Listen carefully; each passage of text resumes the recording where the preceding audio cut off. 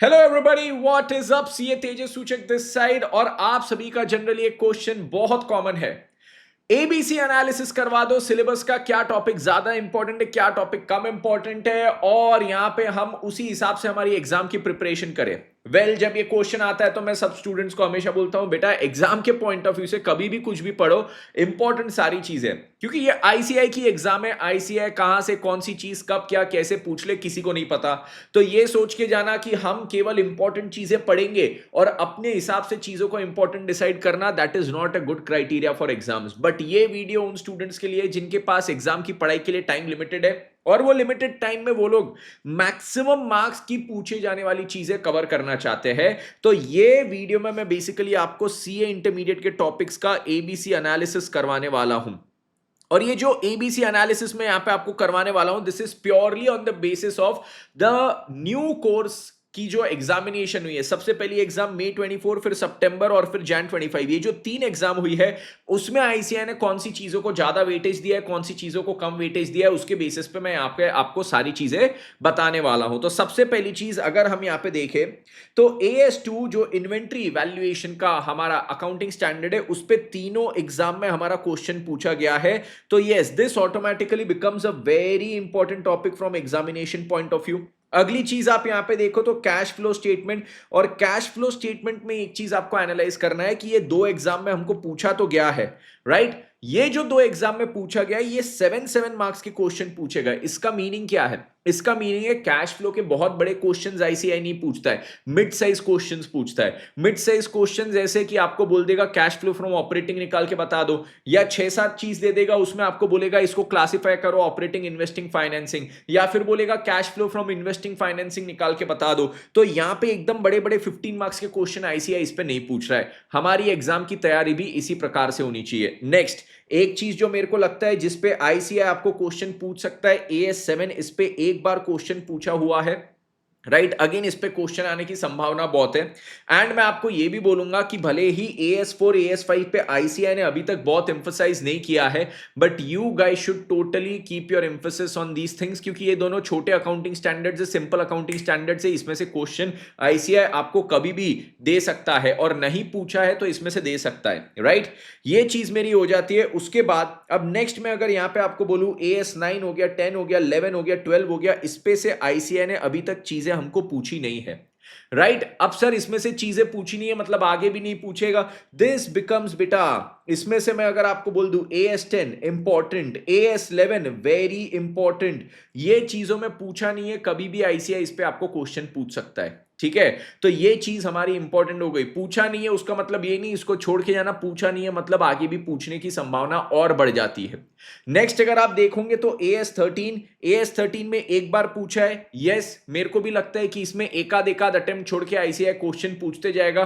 तो एक बार पूछा, उसके बाद ये अटेम्प्ट में नहीं पूछा, तो वापस हो सकता है अब जो आपका अटेम्प्ट है मई 25 वाला, उसमें आईसीआई आपको पूछ ले।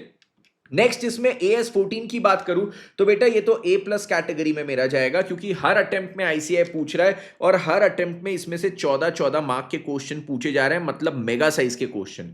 तो इसको तो मैं A भी नहीं, A+ कैटेगरी में। यहां पे जैसे मैंने आपको बोला ये इन्वेंट्री वैल्यूएशन ए कैटेगरी हो गया, उसके बाद मैं आपको बोलूं AS3 ए कैटेगरी हो गया।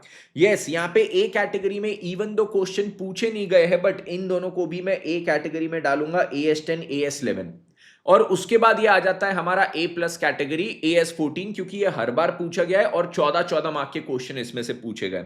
नेक्स्ट में अगर आपको यहां पे बताऊं AS15 में काफी बच्चे क्या करते हैं, बहुत ज्यादा टाइम इन्वेस्ट करते हैं, बट जब वो बहुत ज्यादा टाइम इन्वेस्ट करते हैं, मतलब मेरे पास बच्चों की ये भी डाउट है कि सर मैं 2 दिन से AS15 पढ़ रहा हूं, 2 दिन से AS15 पढ़ रहा हूं, बट सर मेरा अभी भी आधा ही हुआ है, अधूरा ही हुआ है, समझ नहीं रहा है, ये नहीं रहा है, वो नहीं रहा है। अब देखो यहां पे क्या है, AS15 में आईसीआई ने 2 बार क्वेश्चन पूछे, एक बार 5 मार्क का, एक बार 4 मार्क का। मतलब आईसीआई सबसे पहले तो इसमें बहुत डिफिकल्ट लेवल के क्वेश्चंस नहीं पूछ रहा है, और उसमें भी यहां पे 5 और 4 मार्क की चीज अगर आपको दिमाग में नहीं बैठ रही है, राइट, तो 5 और 4 मार्क की चीज दिमाग में नहीं बैठ रही है, तो ये आप टोटली छोड़ सकते हो। अगर आपको लगता है जिनको बैठ रही है दिमाग में उन्होंने करना चाहिए। अब मैं अगर आपको बोलूं तो मैं AS15 को यहां पे B कैटेगरी में डालूंगा, A कैटेगरी में नहीं। AS16 को अगेन मैं ए कैटेगरी में डालूंगा, इवन तो इसका क्वेश्चन एक ही बार आया है पर 7 मार्क का क्वेश्चन था। ये बहुत ही सिंपल है, बहुत ही लॉजिकल है, और 2 बार से आया नहीं तो आई टोटली एक्सपेक्ट कि May 25 में ये चीज आपकी आनी चाहिए। AS19 अगर मैं यहां पे बोलूं, ICI 2 बार इसको पूछा है आपको, राइट? एक बार 4 मार्क के लिए, एक बार 5 मार्क के लिए। इसमें ना बच्चों बहुत बड़ा अकाउंटिंग स्टैंडर्ड नहीं है, बहुत सिलेक्टेड टॉपिक्स है जिसमें से ICI आपको पूछता है, और वो सिलेक्टेड टॉपिक्स मेरे यहाँ पे पूरे रिवीजन वीडियोस आपको मिल जाएंगे। रिवीजन वीडियोस की हर एक AS की ना लिंक मैं आपको डिस्क्रिप्शन में दे दूंगा, आप वहां से जाके भी क्लिक कीजिए, सीधा लिंक पे आपको रिवीजन वीडियोस मिल जाएंगे। तो AS19 छोड़ के मत जाना, क्योंकि 3 में से 2 बार तो पूछा हुआ है। अगेन इसको ए कैटेगरी में डालूंगा। Similarly for AS20 A category में डालूंगा, क्योंकि ये भी 2 बार पूछे, एक बार 4 मार्क के लिए, एक बार 5 मार्क के लिए। नेक्स्ट हमारा इंपॉर्टेंट A+ कैटेगरी में यहां पे आता है AS21। Yes sir. और बच्चे बोलते हैं सर AS21 कंसोलिडेशन क्या मैं छोड़ के जाऊं एग्जाम में? आप अगर छोड़ के जा रहे हो तो 14 मार्क का आप सीधा सीधा अपना पेपर छोड़ के आ जाओगे।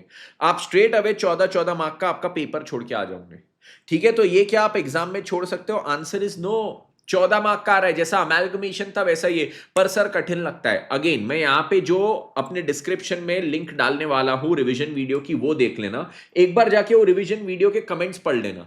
जो बच्चे ने फर्स्ट टाइम भी कंसोलिडेशन पढ़ा है, जिसको उसके पहले कुछ नहीं समझा था, उसको भी यहां से समझ जाता है, तो ये कंसोलिडेशन का वीडियो जरूर देखना। AS21 आप पक्का पक्का एग्जाम में करके जाओगे। नेक्स्ट आता है सर AS22। AS22 का एक ही बार क्वेश्चन आया है, बट आई फील ICI इसमें से भी क्वेश्चन पूछेगा। देखो ऑल्टरनेट अटेम्प्ट, पहले में नहीं पूछा, दूसरे में पूछा, तीसरे में नहीं पूछा, तो चौथे में पूछने के चांसेस है। इसको भी मैं ए कैटेगरी में डालूंगा। अब AS23 और 27 में आपको बोलूंगा कि ये छोटे छोटे AS है, ठीक है? 23 और 27 छोटे छोटे हैं, बट इन्होंने ICI ने क्या किया था, एक बार 23 और 27 इसको मिला के 21 के क्वेश्चन के साथ भी पूछा है। तो AS21 का जो क्वेश्चन था उसके साथ इन्होंने AS23 और 27 भी जोड़ के डाल दिया है। तो मैं इसको बी कैटेगरी में, इवन दो इंडिविजुअल क्वेश्चन नहीं बनाया, इसको बी कैटेगरी में मैं इसलिए डाल रहा हूं क्योंकि ये AS21 के साथ अगर जोड़ के दे दिया तो फिर ऐसा हो जाएगा कि आपका ये 2 छोटे AS नहीं आने के कारण आपका ये बड़ा AS भी हाथ से निकल जाएगा। तो मेक श्योर कि आप ये चीज जो 23 और 27 है इसको छोड़ के ना जाओ। और सिंपल है सर, अगेन इसके रिवीजन वीडियोस है, रिवीजन वीडियोस इसके यूट्यूब पे अवेलेबल है। ओके चलिए, यहां से अब हम आगे बढ़ते आते AS24 पे। AS24 ऑब्वियसली मैं इसको सी कैटेगरी में डालता हूं, छोटा सा है। AS25 को मैं डालूंगा बी कैटेगरी में, 26 को अगेन बी कैटेगरी में डाल सकते हैं।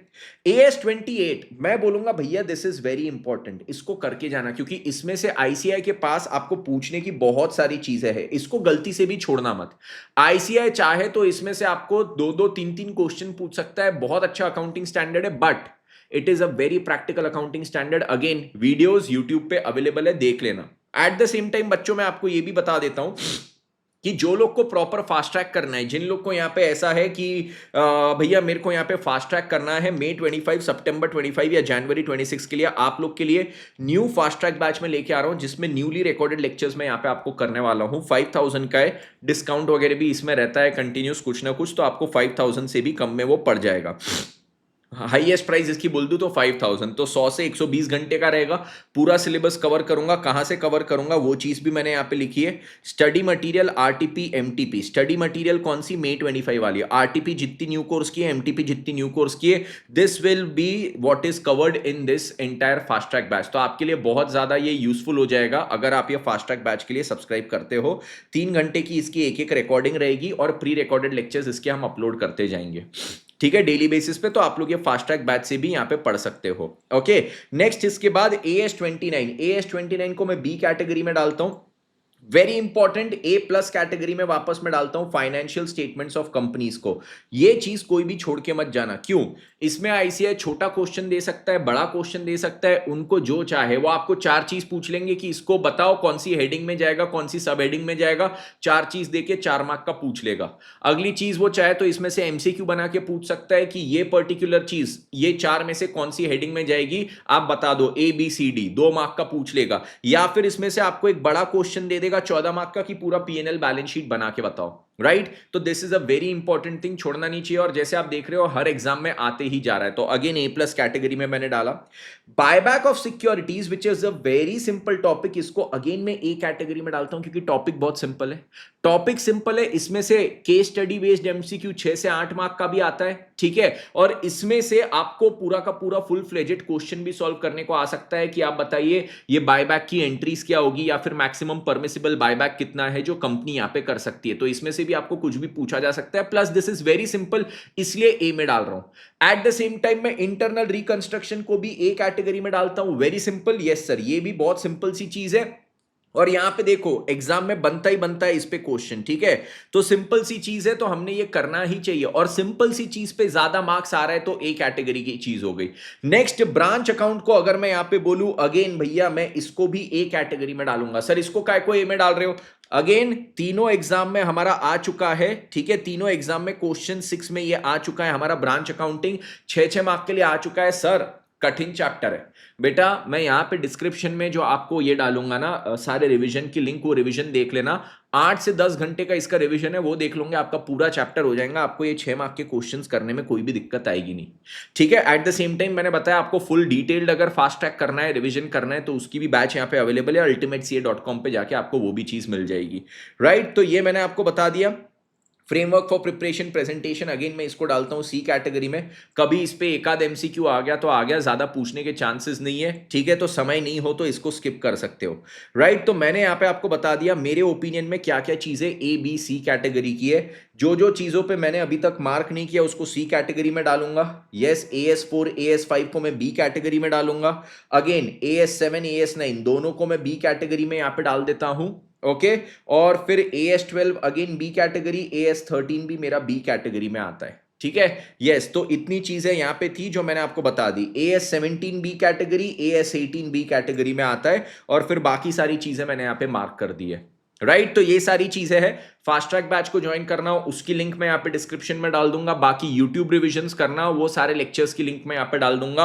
आप कोई भी चीज कर सकते हो। सर अब रिविजन आप यूट्यूब पे भी डाले हुए, वो तो फ्री में अवेलेबल है, फास्ट ट्रैक है, तो हम कौन सा करें, क्या करें, हमारे लिए क्या बेटर है? तो बेटा यूट्यूब पे जो रिविजन डाला हूं उसमें क्या है, काफी अच्छे से इन डेप्थ मैंने उसमें भी कराया हूं। आप अगर वो भी देखोगे तो आपको चीजें समझेगी, बट आपको चीजें समझने के साथ बहुत कॉम्प्रिहेंसिव प्रैक्टिस भी चाहिए कि भैया तू एकदम घुस जा, मतलब हमको ऐसा ये कॉन्सेप्ट, इसके क्वेश्चन सब सब सब दिमाग में डाल दे, तो वो फास्ट ट्रैक बैच।